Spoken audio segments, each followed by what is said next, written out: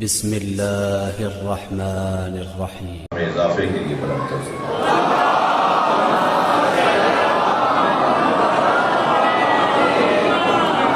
وقت شاید 1 گھنٹے سے بھی کم رہ گیا ہے۔ اس کم وقت میں زیادہ سے زیادہ بات کرنی ہے، اور جو موضوع اس وقت میرا مجھ سے پہلے ذاکرین اور خطبہ اور منقبت خانوں کا رہا اور میرا بھی ہے، وہ موضوع ہے ہی ایسا کہ ساری زندگی بھی علی علی کریں تو مولا علی کے نام کی معرفت بھی حاصل کرنے کا دعویٰ نہیں کر سکتا۔ یعنی لفظ علی جو ہے نا، اس میں اعظم، علی والا کا نام اس میں اعظم ہے۔ یعنی اگر میں اندر سے دل سے کہوں نا یا علی تو تالے کھل جائیں گے۔ یہ نام اتنی طاقت رکھتا ہے، یہ کوئی عقیدت اور کوئی میں خطابت نہیں دکھا رہا، بالکل حقیقت بتا رہا ہوں کہ مولا علی کا نام اس میں اعظم ہے۔ جی مولا جا رہے ہیں ایک سفر پر، ابھی آیت کا ترجمہ میں نے نہیں کیا ہے۔ مولا جا رہے ہیں سفر پر، آپ نے دیکھا ایک اور گھوڑا سوار مسافر ہے جو کچھ فاصلے پر چل رہا ہے۔ آپ نے اپنا گھوڑا خرید کیا اور اس سے کہا کہ تم کہاں کا ارادہ کرتے ہو؟ کہنے لگا میرا فلاں منزل میرا ارادہ ہے، فلاں منزل میرا ارادہ ہے۔ حضرت نے فرمایا میری بھی وہی منزل ہے، تنہا سفر کرنا اچھا نہیں ہے، لہذا ہم اور تم ساتھ سفر کرتے ہیں۔ مولا علی کا دندور بھی دوڑ رہا ہے اور اس کا بھی گھوڑا دوڑ رہا ہے۔ وہ شخص جو مولا علی کے ساتھ سفر کر رہا ہے وہ مذہباً یہودی ہے۔ مولا اور اس مسافر کا سفر آگے بڑھتا ہے کہ ایک آپ نے موڑ کاٹا تو سامنے رستہ زیر آب تھا، بند ٹوٹنے کی وجہ سے پانی رستے پر آ گیا تھا، اس پار جانا مشکل تھا۔ دونوں کے گھوڑے آ کر اس پانی کے قریب آ کے کھڑے ہوئے، پانی بڑا گہرا ہے، جانا اس طرف ہے، رستہ زیر آب آ چکا ہے۔ اس یہودی نے اپنے سامان میں سے ایک چادر نکالی اور پانی پر چادر کو پھیلایا تو وہ چادر پتھر کی بن گئی، اور وہ اپنا گھوڑا اس طرف لے گیا اور وہاں جا کر مولا کو دیکھ کر کہنے لگا، آواز دے کر کہنے لگا میرے پاس تو اس میں اعظم ہے، آپ کیسے آئیں گے؟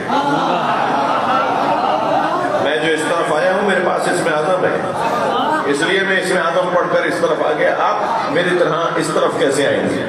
مولا نے اپنے دلدل کی گردن پر ہاتھ پھیرتے ہوئے فرمایا تم پانی پہ چل کے جاؤ گے۔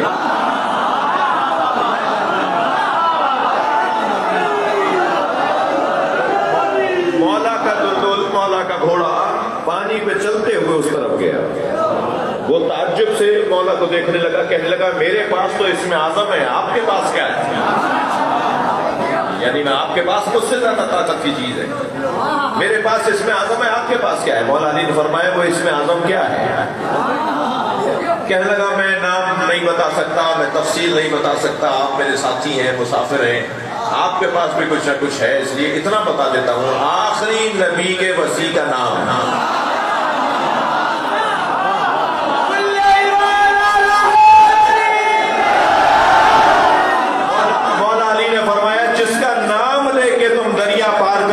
علی میں ہوں، صلوات پڑھیں گے محمد و آلہ۔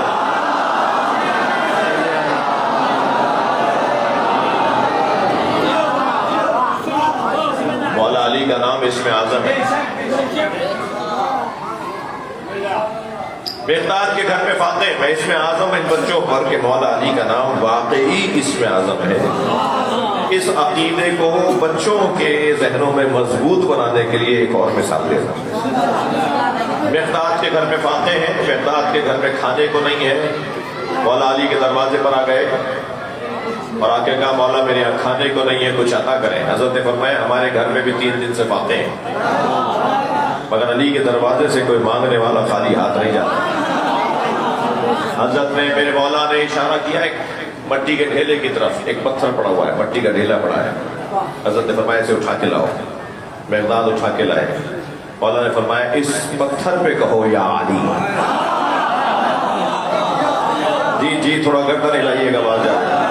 مولا نے فرمایا اس پتھر پہ کہو یا علی۔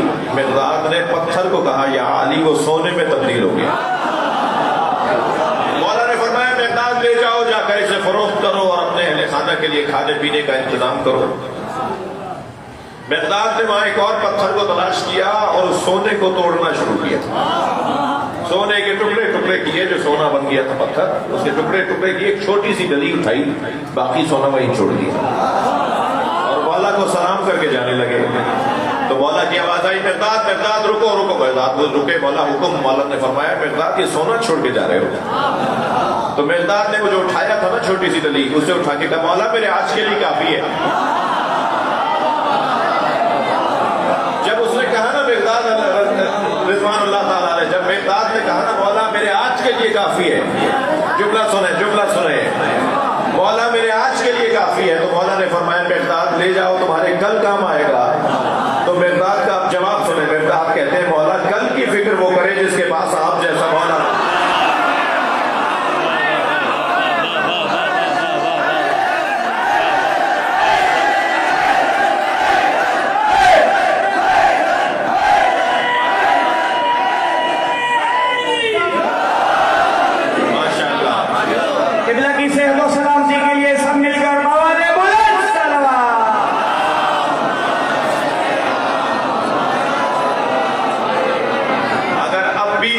روشن نہیں ہے تو پھر دلیل دے رہا ہوں۔ حضرت عبداللہ ابن مسعود رضی اللہ تعالیٰ عنہ سرکار کی خدمت میں آ کے کہتے ہیں یا رسول اللہ مجھے راز عطا کریں، راز عطا کریں۔ سرکار نے فرمایا حجرے میں چلے جاؤ تمہیں راز نظر آئے گا۔ حضرت عبداللہ ابن مسعود کہتے ہیں مجھے راز عطا کریں، فرمایا حجرے میں چلے جاؤ تمہیں راز نظر آئے گا۔ عبداللہ ابن مسعود کہتے ہیں میں جب حجرے میں گیا تو میں نے کیا دیکھا، سجدے میں علی، اور حالت سجدہ میں علی یہ مناجات پڑھ رہے ہیں اللہم اغفر للخاطئین من شیعتی بحق محمد، یا اللہ میرے گناہگار شیعوں کو مصطفیٰ کے صدقے میں معاف کر۔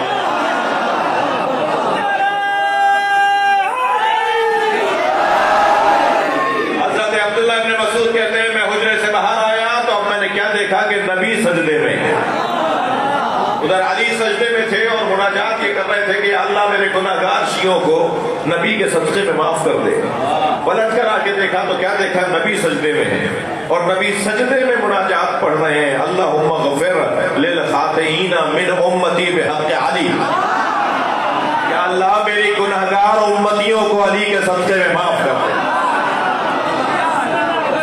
یعنی علی نبی کا واسطہ دیتے ہیں اور نبی علی کا واسطہ۔ جب نبی اللہ سے بات کرتے ہیں تو علی کو وسیلہ بناتے ہیں، اور جب علی اللہ سے بات کرتے ہیں تو نبی کو وسیلہ بناتے ہیں۔ تھکے نہیں ہیں تو آگے بڑھوں۔ میرے مولا نبی کے بارے میں آپ نے کیا سنا ہے کہ سرکار کے پسینے سے اللہ نے نبی بنائے۔ نبیوں کو اللہ نے سرکار کے پسینے سے بنایا ہے۔ نبی کا پسینہ نبی ساز ہے، نبی کے پسینے سے نبی بنتے ہیں۔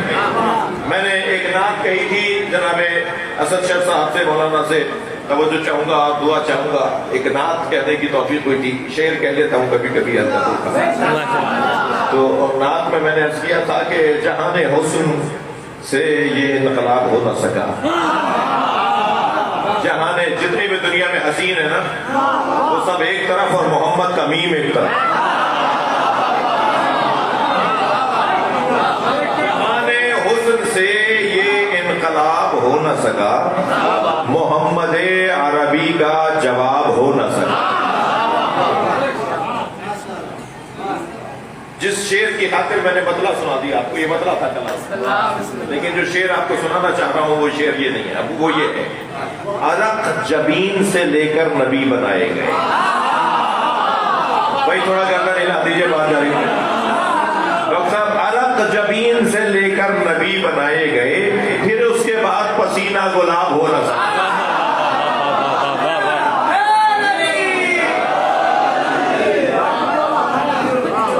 اللہ نے سرکار کے پسینے سے نبی بنائے۔ یہ حدیث سنائیے میں نے آپ کو، اور اس حدیث کو ہم نے نظم بھی کر دیا اپنے نعت کے اندر۔ یعنی حدیثوں کے اندر یہ ہے کہ اللہ نے جب ارادہ کیا کہ اب اور نبیوں کو بنائے تو سرکار دو جہاں کے عرق سے پسینے سے نبی بنائے. تم تو نبی کے پسینے کے برابر نہیں ہو, نبی جیسے ہونا چاہتے ہو.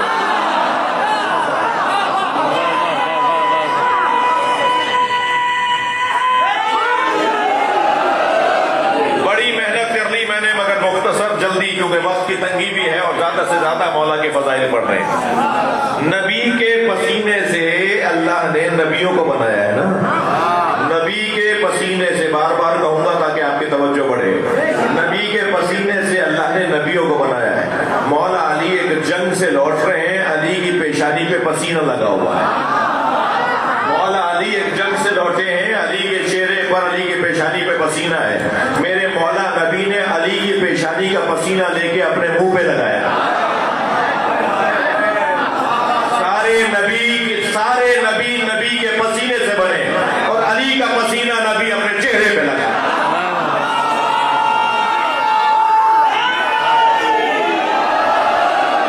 احمد کے پسینے سے نبی بنتے ہیں, احمد کے پسینے سے نبی بنتے ہیں, اور اللہ جسے چاہے وہ ولی بنتے ہیں.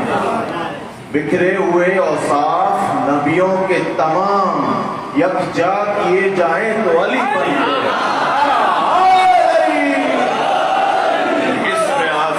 علی کا نام, اللہ جس کے نام پر دیتا ہے والی ہے. چھوڑ دیجیے ان لوگوں کو, وقت ضائع نہیں کیجیے ان لوگوں پر جو آپ سے الجھتے ہیں کہ یا علی مدد کہنا شرک ہے. وہ ہمیں عقیدہ توحید نہ سمجھائیں جنہوں نے نہج البلاغہ کھولی نہ ہو. وہ ہمیں عقیدہ توحید نہ سمجھائیں جنہوں نے صحیفہ سجادیہ پڑھی نہ ہو. عقیدہ توحید جتنا مضبوط عقیدہ توحید علی والوں کا ہے جی, دوسروں کا ہے ہی نہیں. اور میں اپنا وقت بھی ضائع نہیں کرنا چاہتا دوسروں پہ غور کرنا. یہ انہی کی قسمت ہے کہ وہ ہم پہ غور کر رہے ہیں, وہ ہم پہ غور کر رہے ہیں, ہم علی پہ غور کر رہے ہیں. ہمیں ضرورت ہی نہیں ہے کہ ہم کسی پہ غور کریں. اور جب محفل ایسی سج رہی ہو جس میں سنی شیعہ بھی آیا وہ ہو, الحمدللہ یہ محفل جو ہے وہ صرف شیعوں کے لیے تو نہیں ہے. مولا علی کے نام پہ جب ہم جمع ہوتے ہیں تو ہر علی کا چاہنے والا آ سکتا ہے. کوئی میرے بھائیوں نے دروازے پہ کھڑا نہیں کیا بندہ جو چیک کرے کہ آنے والا سنی ہے یا شیعہ. کوئی پابندی نہیں ہے کہ سنی نہیں آ سکتا. سنی کیوں نہیں آ سکتا؟ شیعہ اہل بیت کے ذکر کے مالک نہیں ہے. شیعوں کو میں تھوڑا سا کچھ کہنا چاہ رہا ہوں.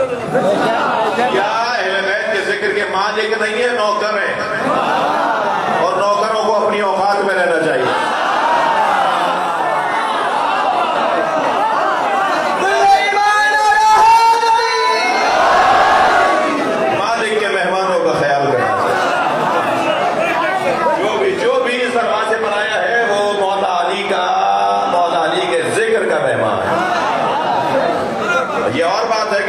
قسمت نسبتاً کچھ زیادہ اچھی ہے کہ وہ علی کی محفل کا انتظام کر رہے ہیں, ورنہ ملکیت نہیں ہے شیعوں کی.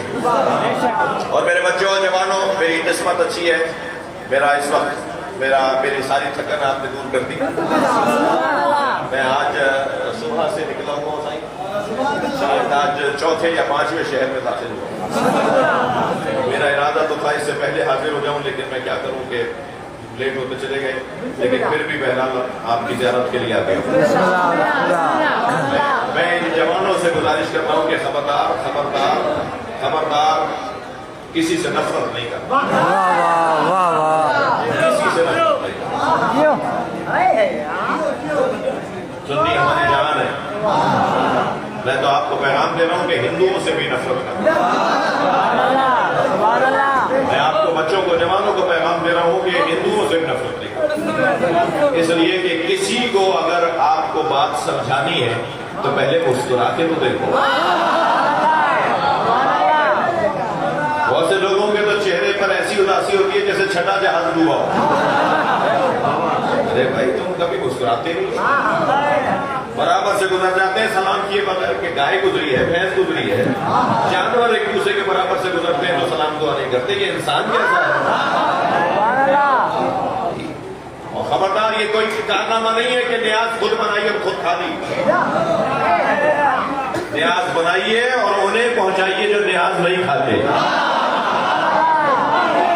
ہاں اگر وہ واپس کر دیں تو دوبارہ پہنچائیے, اگر پھر واپس کر دیں تو تیسری مرتبہ پھر پہنچائیے. اور ان کے واپس کرنے پہ ناراض نہ ہو. آپ کا اور ان کا مسئلہ نہیں ہے, ان کا حسین کا مسئلہ ہے.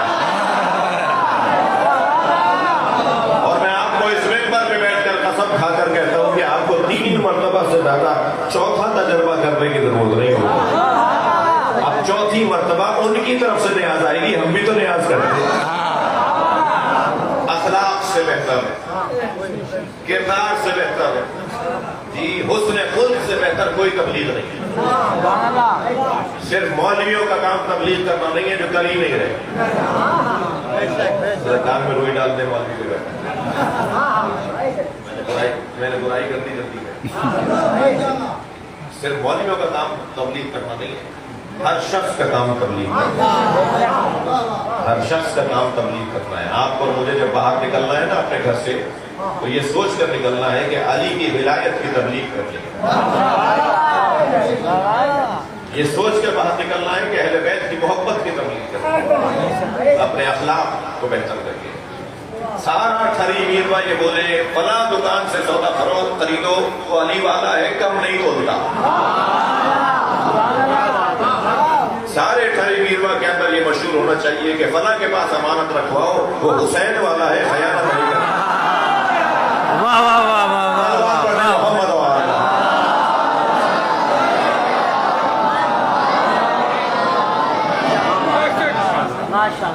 یہ زمانہ گزر جائے گا, وقت گزر جائے گا, کردار رہ جائے گا, کردار رہ جائے گا. اور مجھے میرے بھائی ڈاکٹر صاحب بتائیں, مولانا اسد بتائیں, اس شہر کے بہت بڑی شخصیات بتائیں, کیا علی والوں میں اضافہ ہوا یا کمی؟